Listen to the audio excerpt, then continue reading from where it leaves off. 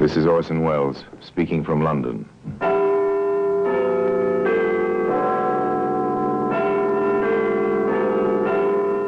Here in the grim stone structure on the Thames, which houses Scotland Yard, is a warehouse of homicide, where everyday objects, a woman's purse, a man's glove, a child's shoe, all are touched by murder.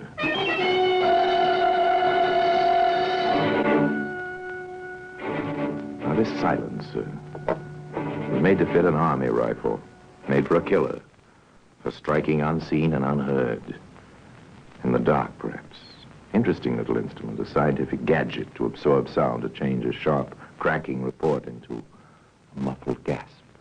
I suppose I'm being rather subjective about this, Sergeant, but I find myself hating that silencer. Yes, I understand how you feel, Inspector. A silencer, well, it's filthy, isn't it? It's something like a rattlesnake. No, Sergeant, your simile's wrong. A rattlesnake gives warning before he strikes. He plays fair.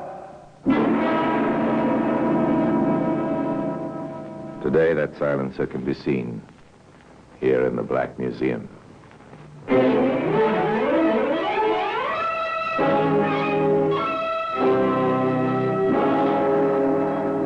From the annals of the Criminal Investigation Department of the London Police, we bring you the dramatic stories of the crimes recorded by the objects in Scotland Yard's Gallery of Death, the Black Museum.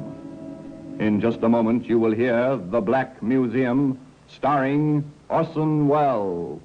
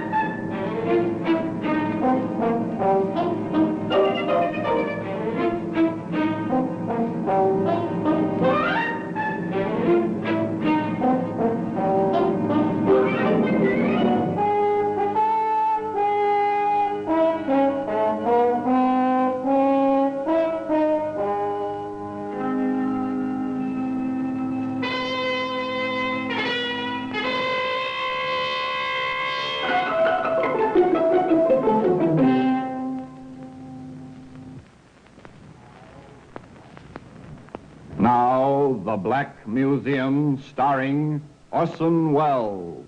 Well,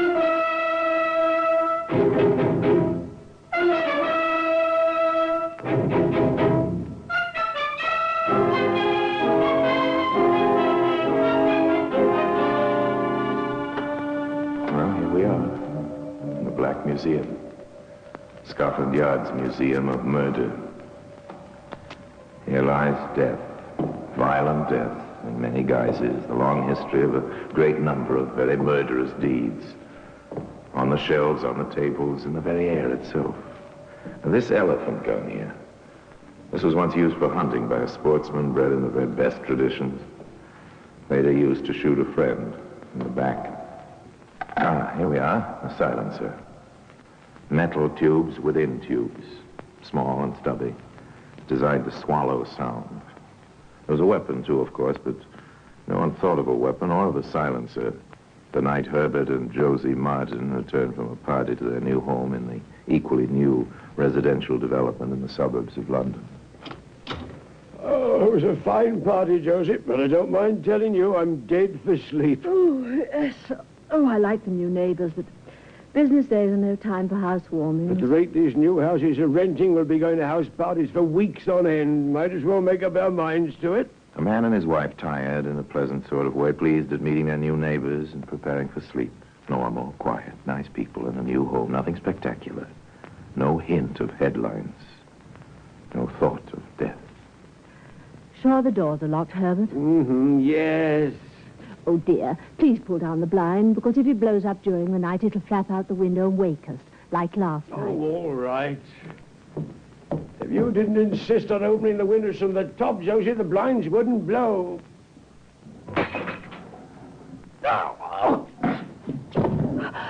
Herbert! Herbert, what is it? Herbert! What is it?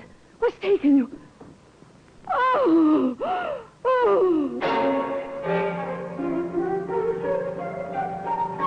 A man reaches up to pull down a window blind. The lighted lamp is behind him. A bullet stars the window pane. The man is dead. A short while later, a telephone rings in an office in Scotland Yard. Inspector Foster here. Sergeant Williams speaking, sir. There's a call come through from Hempstead Oval. Herbert Martin shot as he was pulling down the blind in his bedroom. Anyone with him? His wife, sir. Any other witnesses? No, sir, not at the moment. Very well, Williams. Bring a car round and we'll have a look at the situation. I realize this has been a terrible shock, Mrs. Martin, but we need your help at once. Oh, anything, Inspector. Anything at all. Did your husband have any enemies that you know of? Oh, no, no one. No one. Any trouble in his business? No, nothing, no. What was his business? Insurance. Accident, mostly. It was going on so well, that's how we could afford to move out here. Then you've only come here recently. 3 months ago. We were one of the first tenants. It seemed such a nice place. Everything so new. Questions and more questions. But there was obviously nothing Mrs. Martin could tell the inspector. All she knew was what she'd seen. One point puzzled him. The inspector came back to it several times. And you're certain, Mrs. Martin, that you heard no shot? No, nothing. Just the sort of noise of the glass, and then Herbert falls. Well, it's possible, sir. At extreme range, the sound of the shot might have followed the arrival of the bullet. Mrs. Martin? No, I'm sure. I'd have noticed. I thought it seemed so strange. There wasn't any sound. Just the hole in the window and my husband sort of crumpling up and falling. Well, that's not much to go on. Perhaps the bullet will tell us something. Meanwhile, we'll do our best, Mrs. Martin. We'll try to do our best. There was very little for the police to start on. A close scrutiny of Herbert Martin's life brought nothing to light. Martin's manner of living, the conduct of his business were exemplary. His friends, his business associates, his new neighbors, all had nothing but praise for Herbert Martin. Death had come out of the dark. This alone was ground for speculation, particularly among the neighbors. Sidney and Elizabeth Davis, brother and sister, were no exceptions. I can't help but think, Sidney, it's so peaceful here.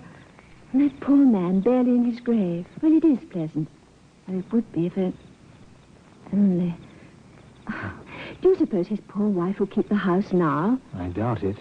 But perhaps if you offered to help her, Elizabeth. Well, I have. It will take her quite a while to make up her mind. I see. But she's all alone, poor soul. Sidney, I can't help but wonder... You know... What? Oh! What is it, Elizabeth? I had the strangest twinges. What? It's sharp as... Oh, Sidney! Elizabeth! Oh, help me! Help me! Elizabeth!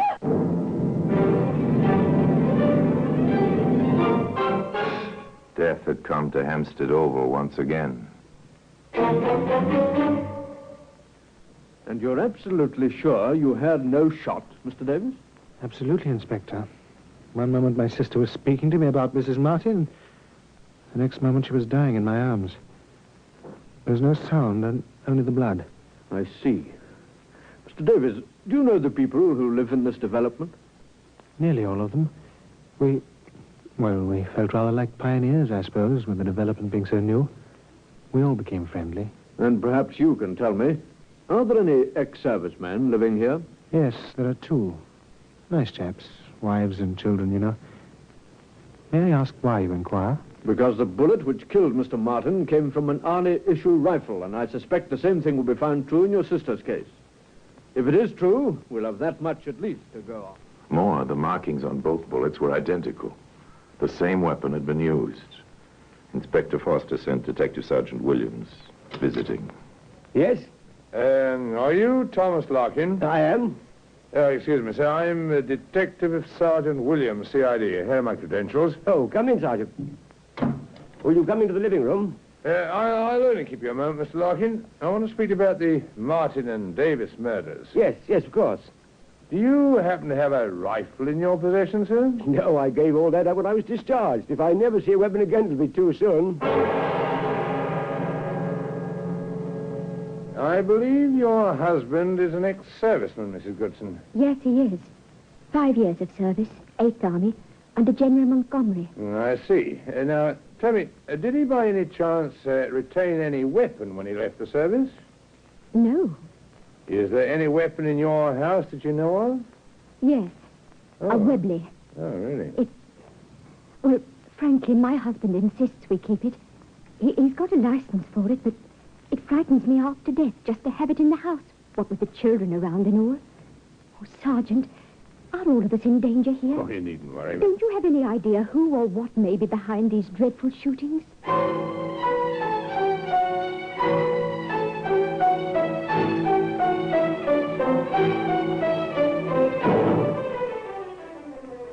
Nothing, sir.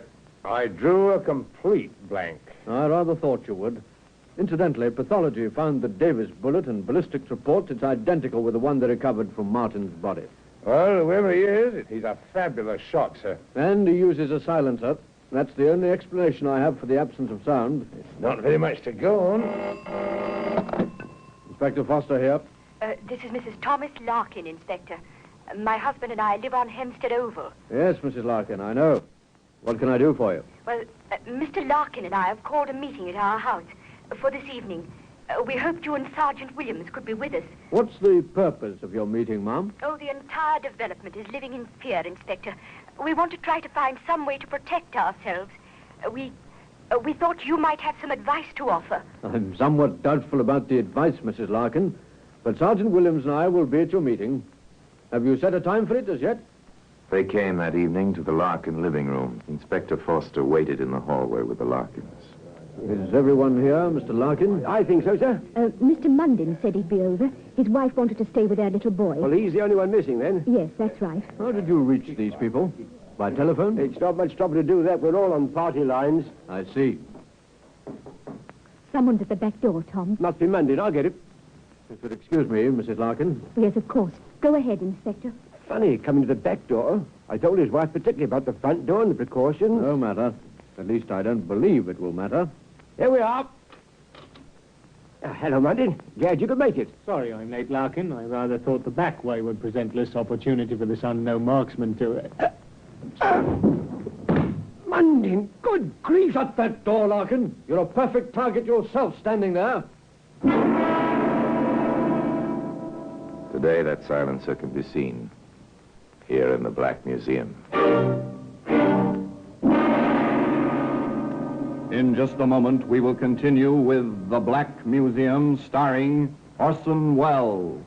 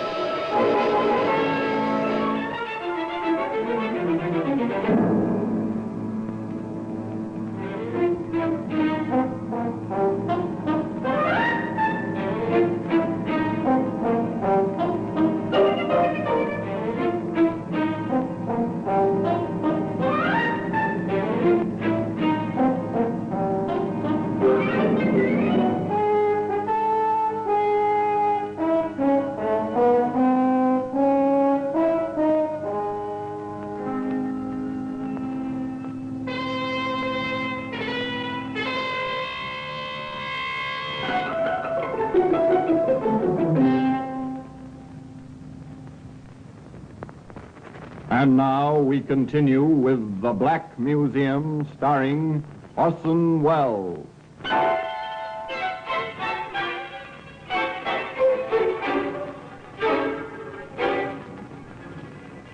Neighbor Munden was dead, with a rifle bullet neatly placed in the back of his head.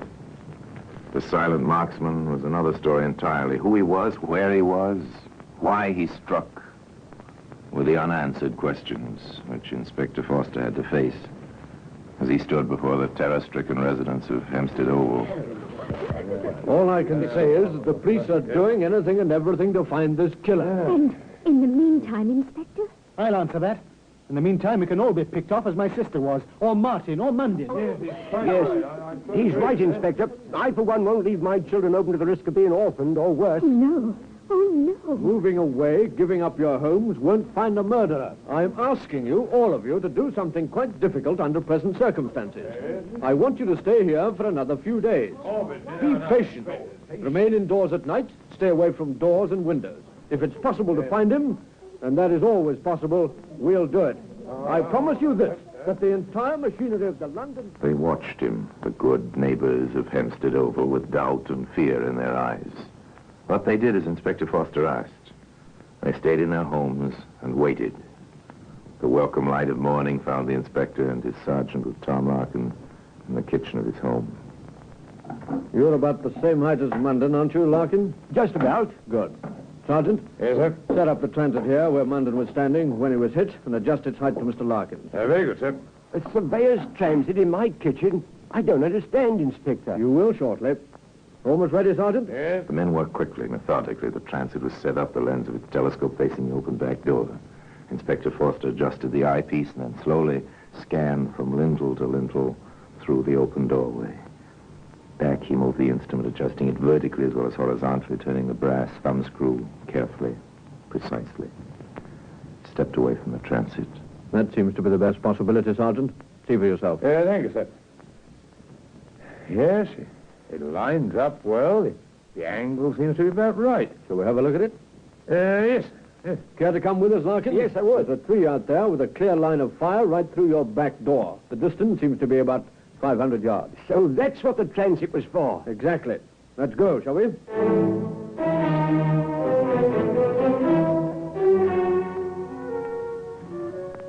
Too bad it's been so dry lately. There might have been footprints. Marks on the tree trunk, sir. Where? Here. Look, notice the scraping on this bark, sir. As if someone in heavy boots had climbed the tree, and it's recent, too. Here for a boost up, Sergeant? Yes, sir. All right, That's it. Hey, there are more marks up here, sir. Quite a comfortable perch. Hello, the limb forks here. Scratches on the bark. Could have been a rifle rested here. Very good. Come on down, Sergeant. Right. Inspector, I may have found something over here, under this branch. Don't touch anything, Larkin. Right here, look, in the weeds. Looks like a rifle cartridge to me. Brass. The sun caught it. Good man. Good eyesight. Take care of that, Sergeant. All right, sir. Once we find the rifle and its owner, that bit of brass may well send him up 13 steps early one morning.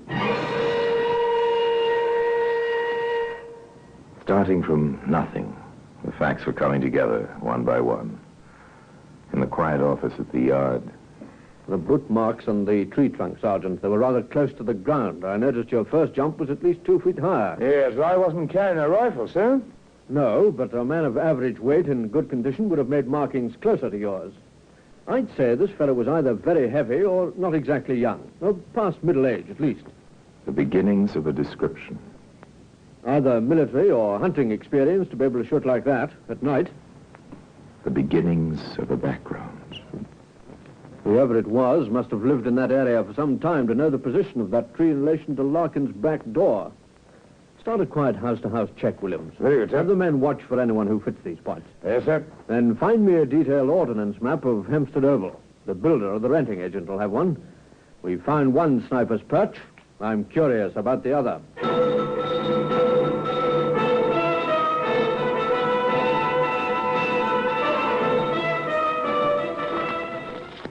Interesting layout architecturally. According to the contour of the land. The main line of the houses seems to curve round this rise just off center. It must have been quite a place in the old days. Oh? The builder told me. An estate sold for taxes. Family named, Wardman.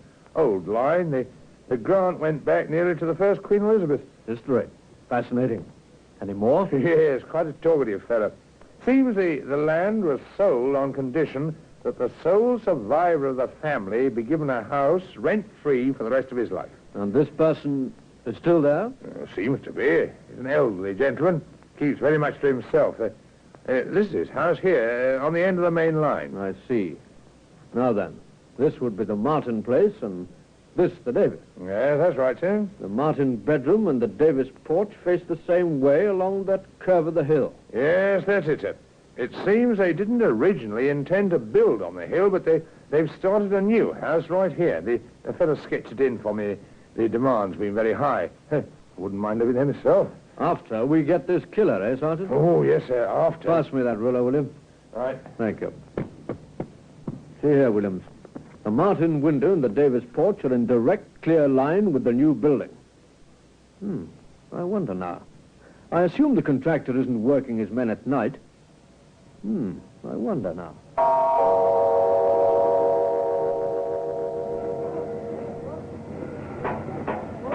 This is the top floor, Inspector. Hardwood isn't in yet, but that floor will take your weight. That's the dormer window you asked about. Look around, will you, Sergeant? Very good, sir. About the progress of this building, Yes, sir. how long has this top floor been in this half-finished state? About a fortnight, sir. Glaziers are due end of this week. Carpenters will get the flooring right after that. Anyone here at night? Yes, there's a watchman for the old development. One of his stations is just across the road. You can see it through the window. There. I see. I have them, sir. Here. They were lying along the wall, under the window.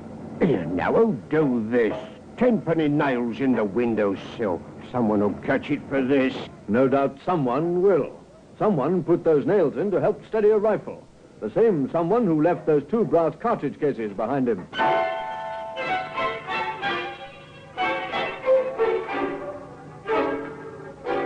How do you catch a killer who strikes silently in the darkness? How do you match his craftiness? Perhaps you say to Tom Larkin, It may be dangerous, Larkin. Will you cooperate? Oh, I've been under fire before now, Inspector. Very well. Now then, I believe someone told me the telephones hereabouts are on party line. a telephone call is made on the party line. I want to talk to you, Goodson, about this killer. I think I know who it is. I'll walk over in half hour with a friend of mine, and I'm picking up Sid Davis on the way. No mention, of course, that the friend is Sergeant Williams, CID, who will walk alongside Tom Larkin, staying between him and the new house on the hill. No mention of the inspector crouched on the hillside in the dark shadow of the half-built house.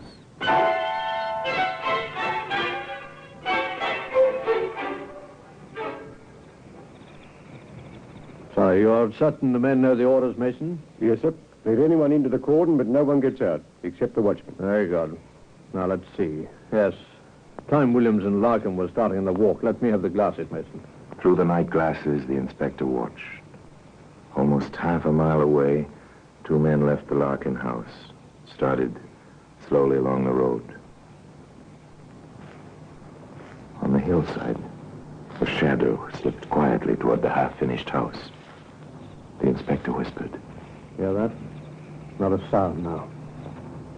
Unsuspecting, a shadow moved through the line of police, past the hidden inspector, into the building.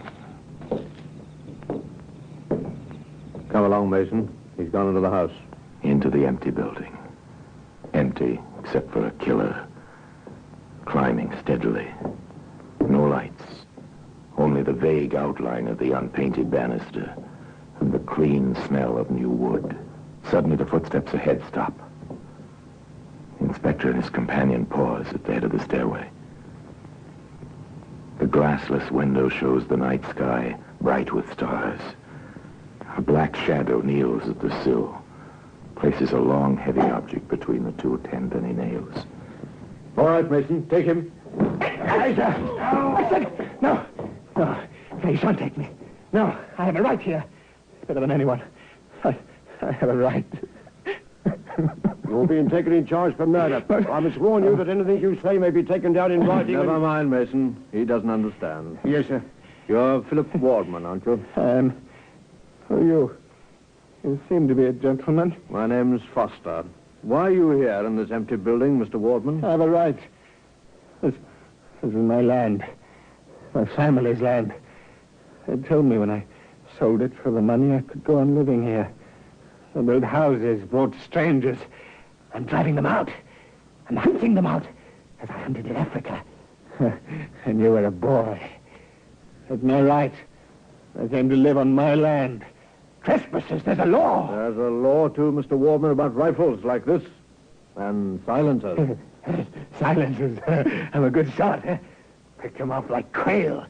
And with a silencer, supposed to spoil the accuracy of a rifle. But not mine. I'm good. Won trophies when I was younger. I never knew.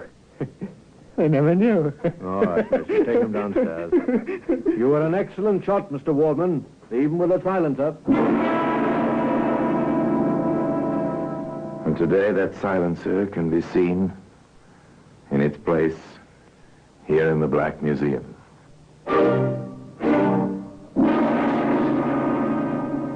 Orson Welles will be back with you in just a moment.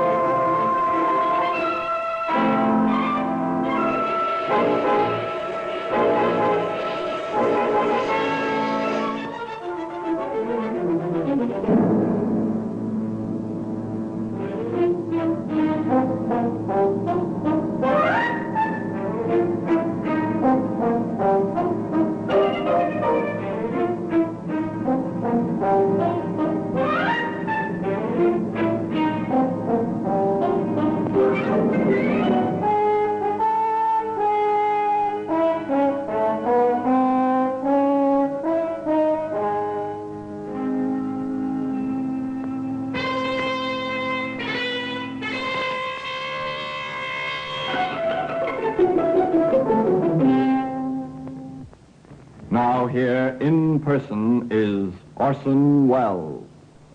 It's true, of course, that in many countries, men have loved their land to the point of desperation. Philip Wardman loved his to the point of madness and murder. The rifle belonged to his grandson, a veteran living far away in Canada. Where the old man bought the silencer was never learned. The secret of that went with Philip Wardman to the place where his bitter, lonely life drew to its close. The silencer itself remains in its usual place in the Black Museum. Now, until we meet next time, I'll tell you another story about the Black Museum. I remain, as always, obedient for yours.